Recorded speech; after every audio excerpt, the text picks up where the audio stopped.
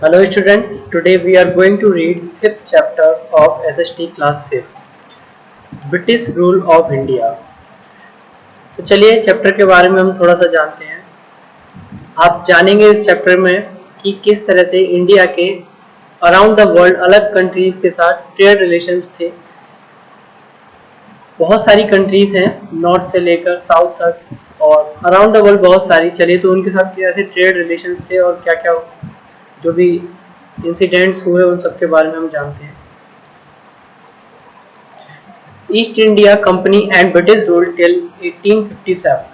देखिए पहले क्या था, जब इंडिया में बहुत सारी कंपनी ट्रेड कर रही थी बाहरी दूसरे देशों की, जैसे अरब के साथ हमारे ट्रेड रिलेशंस थे, फ्रेंच, ब्रिटिश, डच।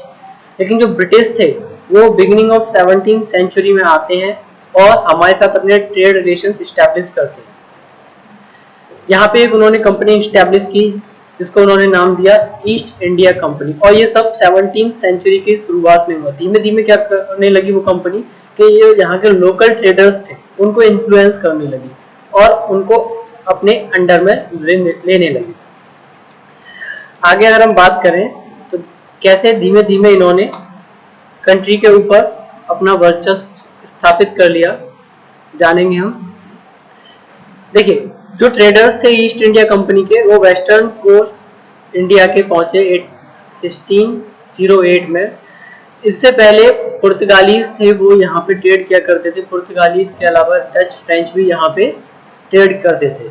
लेकिन यहाँ पे इंडिया के अंदर बहुत सारी अपॉर्चुनिटीज थी ट्रेड की। तो हुआ क्या, ब्रिटिश को थोड़ा सा लालच आया जब उन्होंने देखा कि यहाँ का जो कल्चर है और यहाँ पे जो लैंड है वो बहुत ही रिच है, वो रिसोर्सेज से भरी पड़ी है। तो धीमे धीमे क्या हुआ कि लोगों जो आउट ऑफ द इंडिया थे, जो लोग थे, उनके बीच में ट्रेड रिलेशन को लेके इंडिया के साथ कॉन्फ्लिक्ट्स बढ़ने लगे। वो एक दूसरे पे अटैक करने लगे, क्योंकि पहले ज़्यादातर जो ट्रेड होता था सारा समुद्री रास्ते से होता था। तो वो क्या करने लगे, एक दूसरे के रास्ते को ब्लॉक करने लगे, एक दूसरे पे अटैक करने लगे।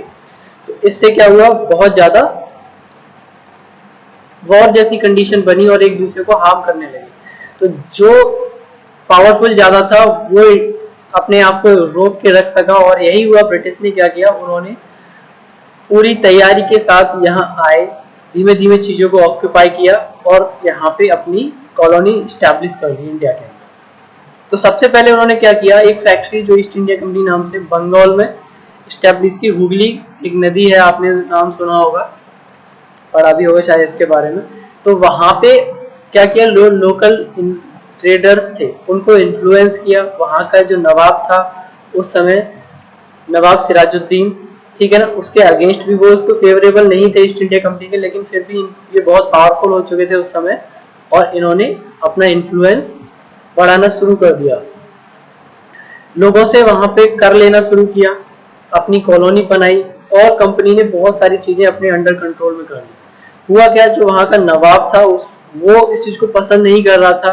तो दोनों के बीच में नॉर्मली सीधी सी बात है, झगड़ा भी होगा। इस वजह से दोनों के बीच में एक बैटल ऑफ प्लासी काफी पॉपुलर है, ये शुरुआत होती है। सिराजुद्दीन, जो कि मैं आपको बता चुका हूँ एक पावरफुल लीडर था बंगाल का, उसने क्या किया, बिल्डिंग्स वगैरह जो ये स्टैब्लिश कर रहे थे ब्रिटिश, इनका विरोध किया और क्या करता है कि अपने 30,000 सोल्जर्स के साथ ईस्ट इंडिया कंपनी पे हमला कर देता है। अटैक करने के बाद में क्या होता है कि सारा अपने अंडर टेक कर लेता है और सब वहां से कुछ जो ब्रिटिश थे उनको गुलाम बंदी बना के रख लेता है। लेकिन ईस्ट इंडिया कंपनी हार नहीं मानती, वो फिर से रॉबर्ट क्लाइव के अंडर में फिर से वो तैयार करती है और 1757 में फिर से वो हमला कर देते हैं। तो जो ये हमला किया था, ये लड़ा गया था, इसी बैटल को ही हम बैटल ऑफ प्लासी के नाम से जानते हैं। तो हुआ क्या, क्योंकि इस बार ये मोर स्ट्रेंथ में थे जो ब्रिटिश थे, इन्होंने कंपनी तो अपनी वापस ले ही ली, साथ ही साथ में जो नवाब था उसको अपना बंदी बना लिया और इसके साथ ही उसको फिर ब्रूटली मर्डर कर दिया।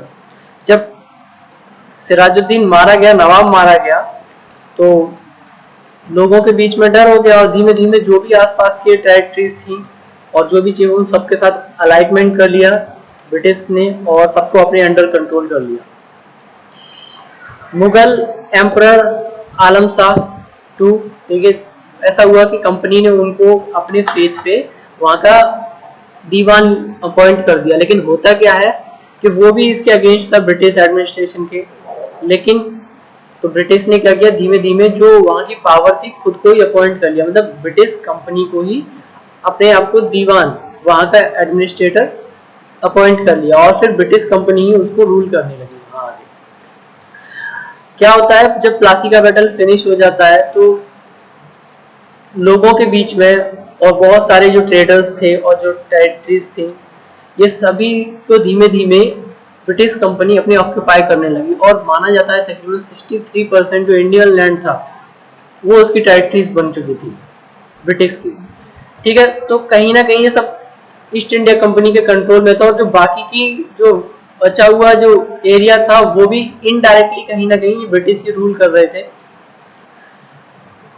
तो किसानों से, वहां के ट्रेडर से और इन सब चीजों, सब लोगों से वो क्या करने लगे, धीमे धीमे कर वसूलने लगे और अपनी मनमानी अपने तरीके से चीजों को करने लगे। लेकिन जब ये सब चीजें बढ़ी तो कहीं ना कहीं विद्रोह होता है लोगों के बीच में, तो इसी वजह से 1857 में रिवॉल्ट शुरू होता है और मंगल पांडे एक बहुत ही पॉपुलर कैरेक्टर आपने सुने होंगे, ठीक है ना, इन्होंने और इनके साथ बहुत से लोगों ने पूरे इंडिया से हर जगह से प्रोविंस से छोटे छोटे जो रूलर थे वो मिल जाते हैं और इसका विरोध करते हैं।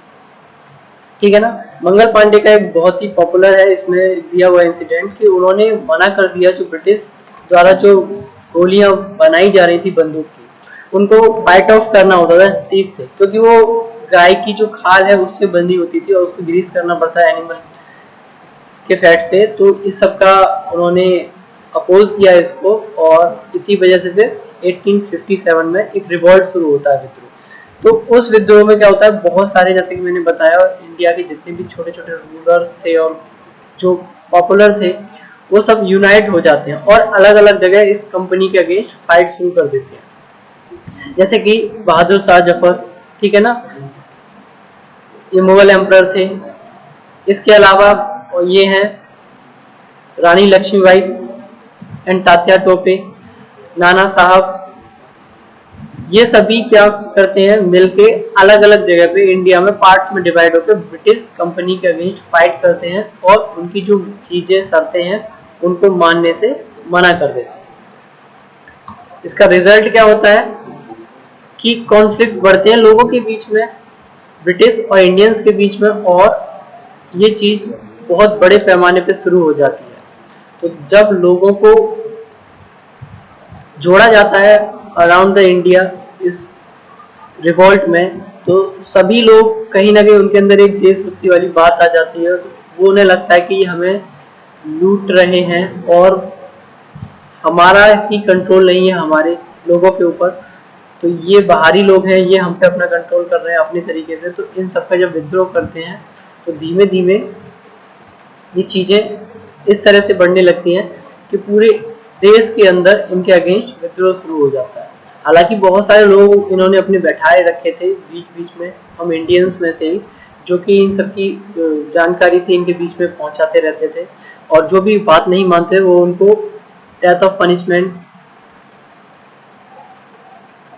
दे दिया करते थे। ठीक है, देखिए आगे और बहुत सारी चीजें, होता क्या है, रिवॉल्ट जब धीमे धीमे बढ़ने लगता है तो कंपनी हर तरीके से कोशिश करती है कि इनकी आवाज को दबा दिया जाए और ब्रिटिश ने क्या किया कि सीधे कंपनी की जो पावर थी ब्रिटिश जो क्राउन था उसके हैंड ओवर कर दी 1858 में।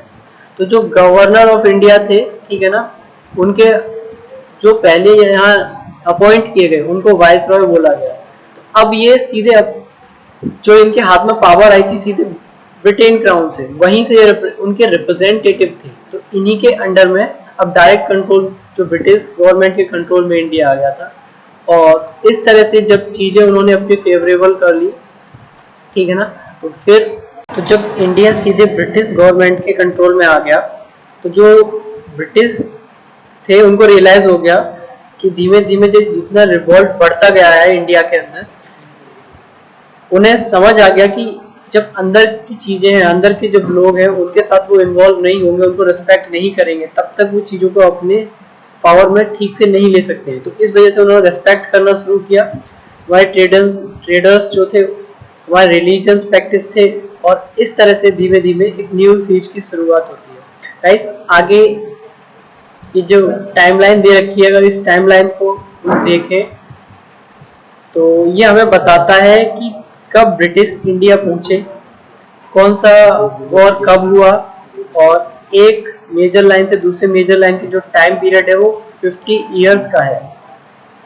प्लासी का वॉर कब हुआ था, कंपनी ने दीवान कब अपॉइंट किया, ठीक है, और 1857 का रिवॉल्ट कब शुरू हुआ, और बाबर शाह जफर, ठीक है ना, उसको कब एग्जाइल भेज दिया गया बर्मा में। तो guys this was all about the chapter.